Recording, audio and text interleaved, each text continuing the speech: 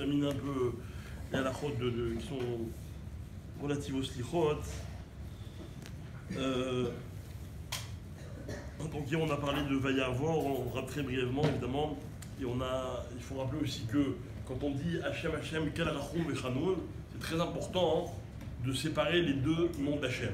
Dire Hachem, de faire un F sec, une petite interruption, et de reprendre Hachem. Parce que chacun des deux c'est un des 13 attributs, et donc il faut qu'il soit récité indépendamment. Alors après, bon, il ramène plusieurs halachot au niveau du Moussar des Slichot, dont on suit un marqueur, donc après on se fie à lui. Et après il parle du chauffard. Alors au niveau du chauffard, il y a plusieurs minagim. Il y a un premier minag, il y a le minag que nous on a, c'est de sonner à la fin des Slichot, éventuellement de ressonner à la fin de Shacharit.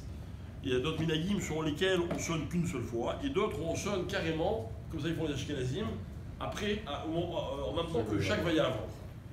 Comme ça, quand on dit Vayavor, Hachem Hachem Kel Rachum Vechanoun, en même temps, on sonne du chauffard. Alors évidemment, il y a des sources à tous les minagim.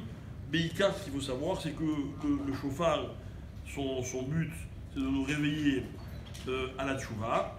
Et donc, donc c'est bien de sonner du chauffard pendant tout le mois de Elul, puisque pendant tout le mois de Elul, évidemment, on se rapproche de Rosh Hashanah, on doit se réveiller à la tchouva. Il dit, mais à propos de réveiller, une synagogue dans laquelle il y a des voisins et ils font les slichot très tôt, c'est pas comme les synagogues un peu touristes, où on fait les slichot comme nous à 6h30 du matin.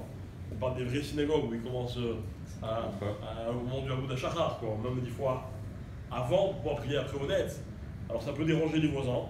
Mon Ravi dit, il va dire qu'il vaut mieux ne pas sonner que de réveiller les voisins. D'accord, il y a ça sera au Mefsedo, on va faire une mitzvah, sauf on fait une avera. Il faut faire extrêmement attention à ça.